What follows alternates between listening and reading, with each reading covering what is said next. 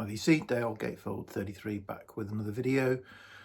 And this is going to be another finds video. I think I'm going to probably bombard you with finds videos to try and catch up following my sort of hiatus, or several hiatuses, if that's the right word, this year. So yeah, so I've got a few things to share today. Try and keep it sort of reasonable length. First up, we've got 3 reissues, a couple of car boot or car boot related finds, a couple of charity shop finds, and then some online purchases. So yeah, so reissues.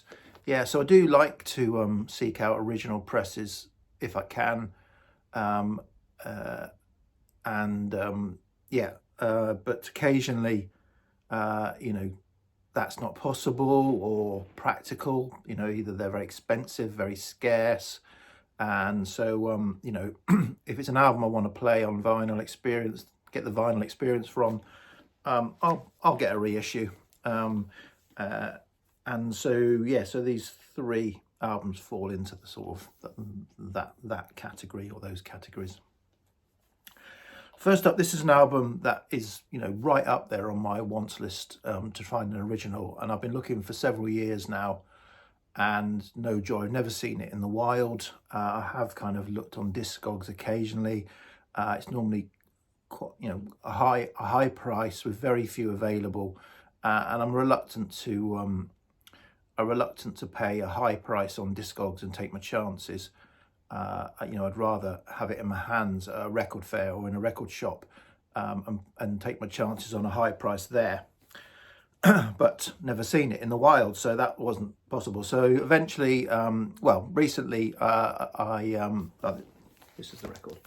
Let me show you the record. So this is the Soft Boys and Underwater Moonlight. So Soft Boys, Robin Hitchcock band, and this is their second album, I think. You know, jangle pop, neo-psych, really energetic, great kind of neo-psych album.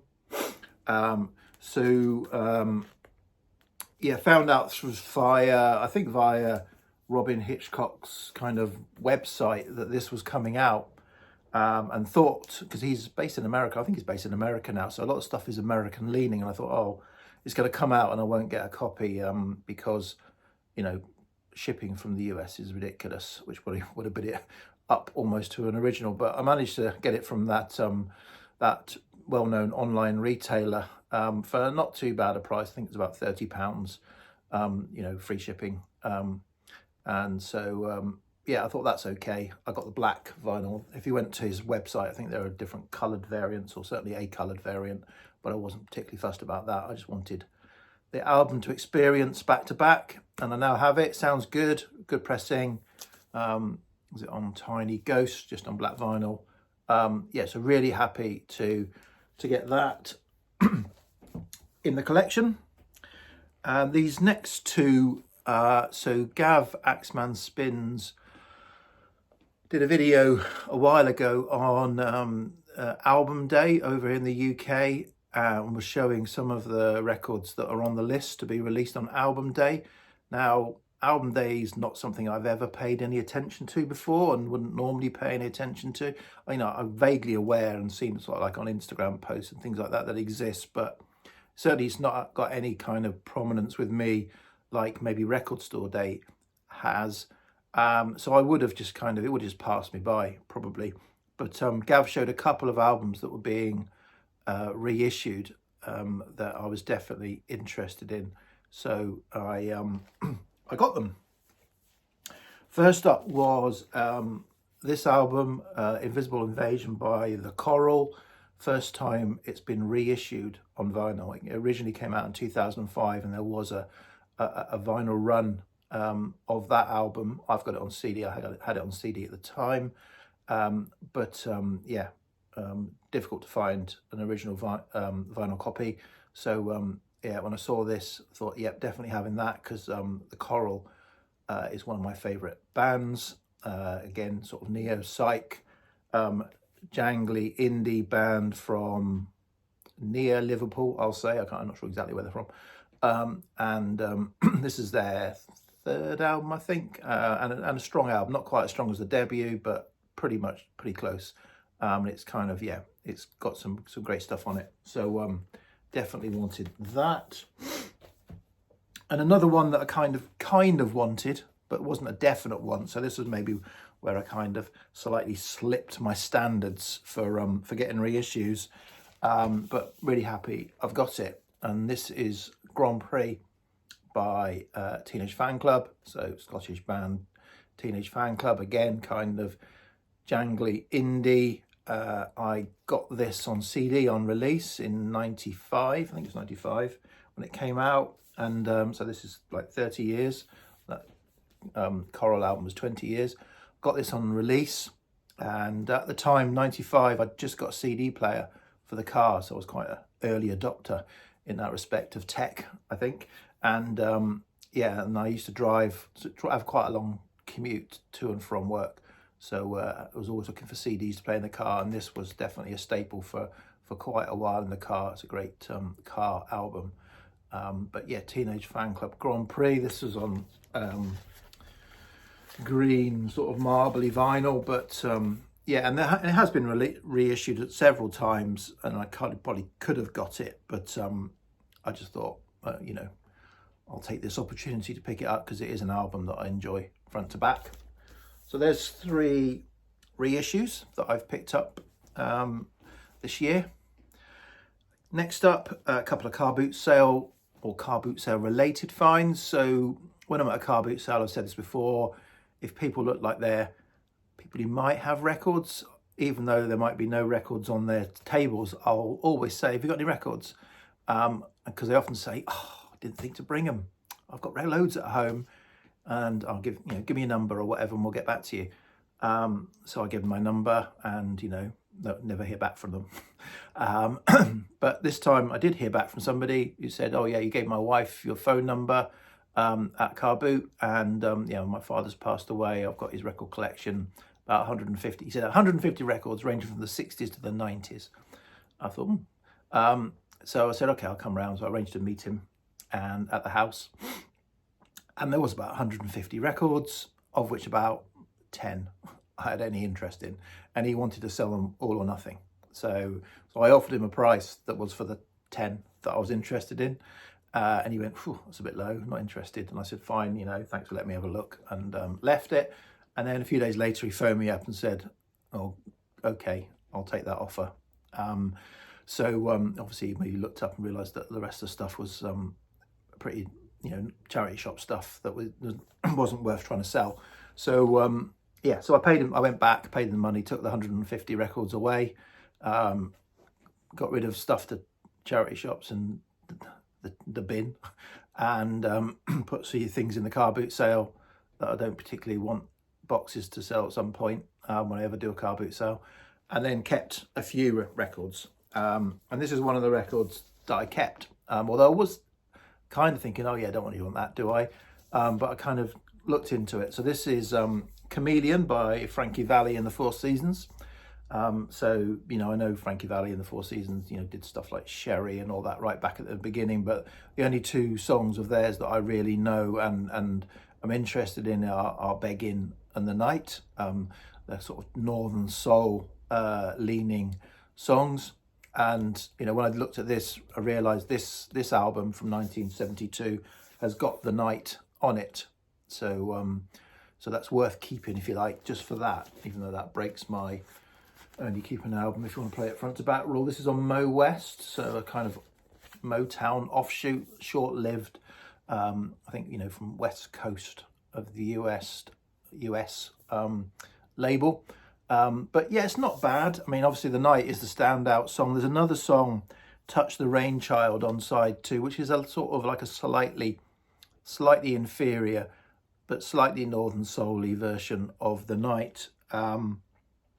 The rest of it is a little bit morose. I think Chameleon, it's about kind of relationships, breakups and things like that. But it's okay. It's okay. It's not earth-shattering, but it's okay. It isn't just a one-hit wonder. The other stuff's okay. So I'm keeping it, certainly for now anyway. At least I can spin The Night on vinyl and crank it up because that's a great tune. Okay, in my last video, I showed the debut album by the Kinks that I picked up from a boot sale, and the debut album by the Rolling Stones, and I said, you know, probably my least favourite albums by those two artists. You know, I love both those artists, but they went on to better things, and their early albums were, you know, full of a lot of cover versions, you know, and so, you know, not their best, but nice to find. So this next album is also a debut album by a 60s artist that actually I feel the opposite of.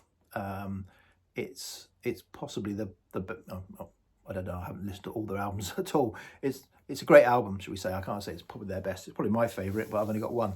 And it's the Trogs, and From Nowhere, the Trogs. Because this has got, yes, it's got some covers on it. So obviously it's got their big hit, Wild Thing, which they didn't write. It's also got like Ride Your Pony, Louie Louie. So, you know, some bluesy covers that you would have expected to get, and this came out in '66.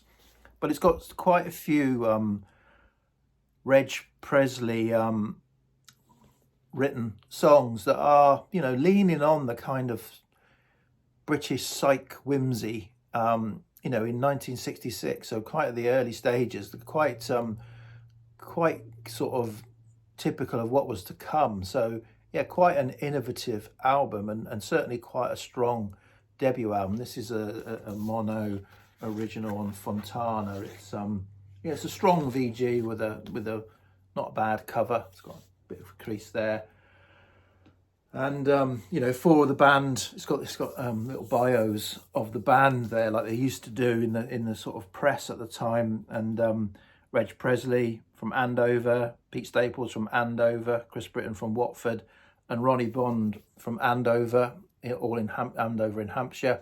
And I found this at a car boot sale in Andover in Hampshire. So, you know, it's come from the home of the Trogs.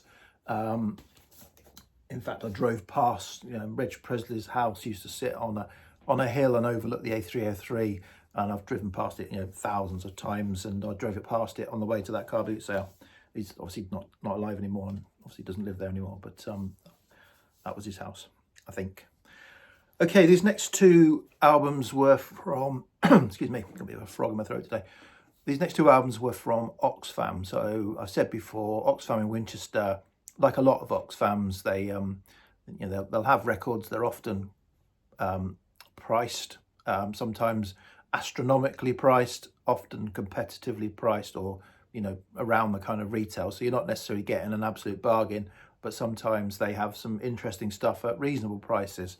And I know Harris is a big fan of Oxfam in Southampton that seems to price its records to sell. Oxfam in Winchester sometimes prices its records to keep, which is a bit unfortunate when you find things. But occasionally you can find something decent in there, so I always pop in if I'm in town. And going through the bins, and I saw this record for £6. When I saw the cover, when I saw who it was by, when I saw the track listing, when I saw the year of release, I thought, do you know what? I wonder if that's going to be as good as it could be. And it kind of is, not quite, but it nearly is.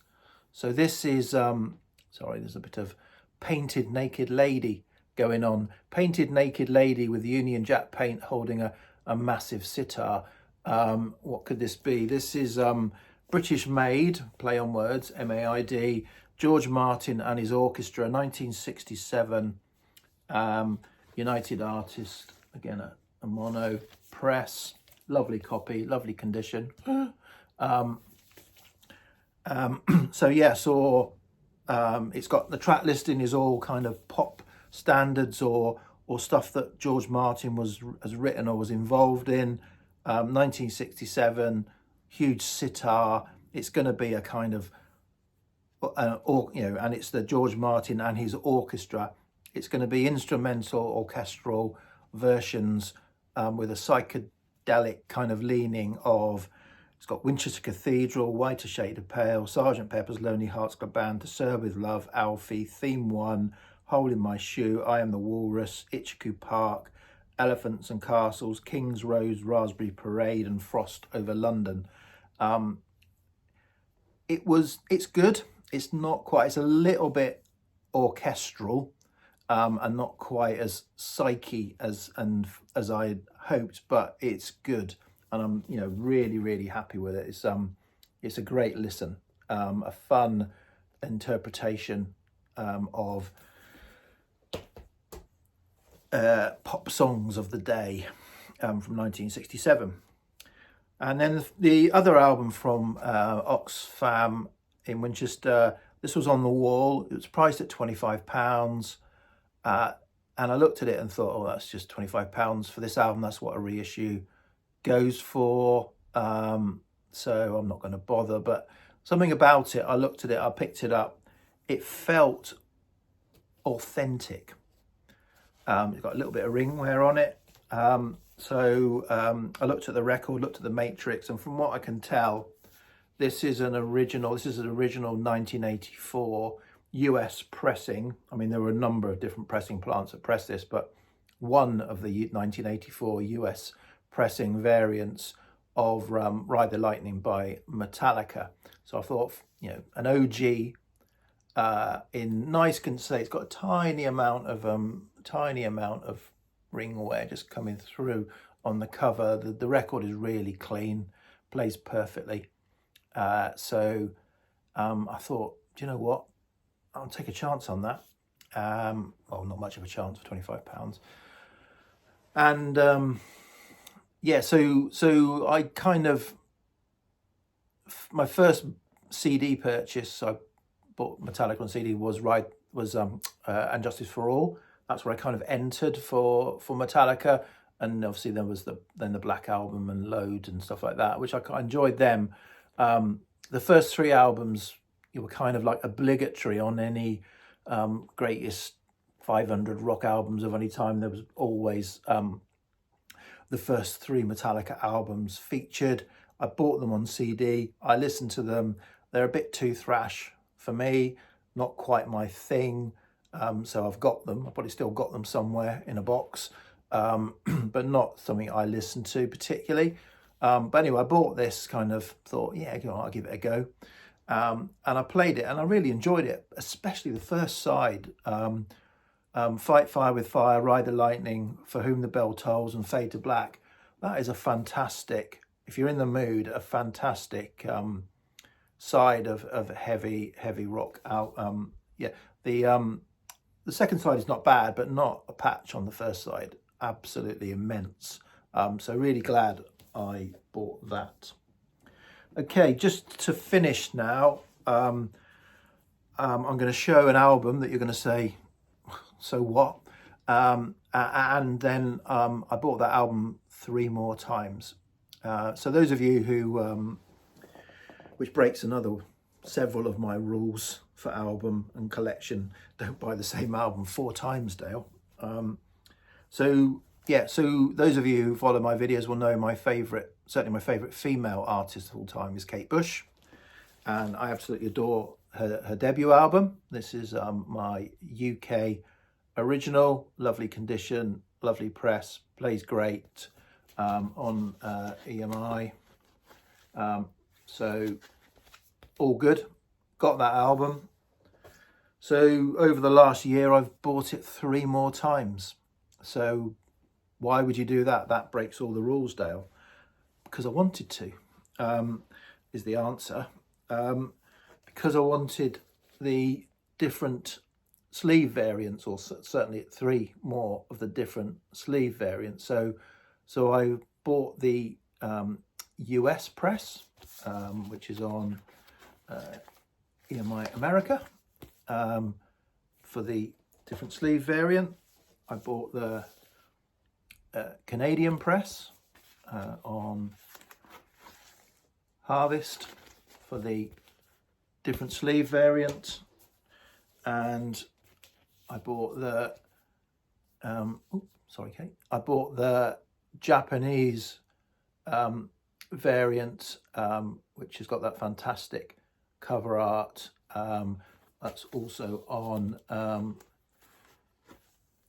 EMI, the conventional EMI label. Yeah, so, you know, I make up the rules, I break the rules. Really happy with those. Nice to have in the collection. Okay, I'll come back with some more stuff. That's 20 minutes. So I'll just come back with some more stuff. Keep feeding you. Cheers, VC. Bye.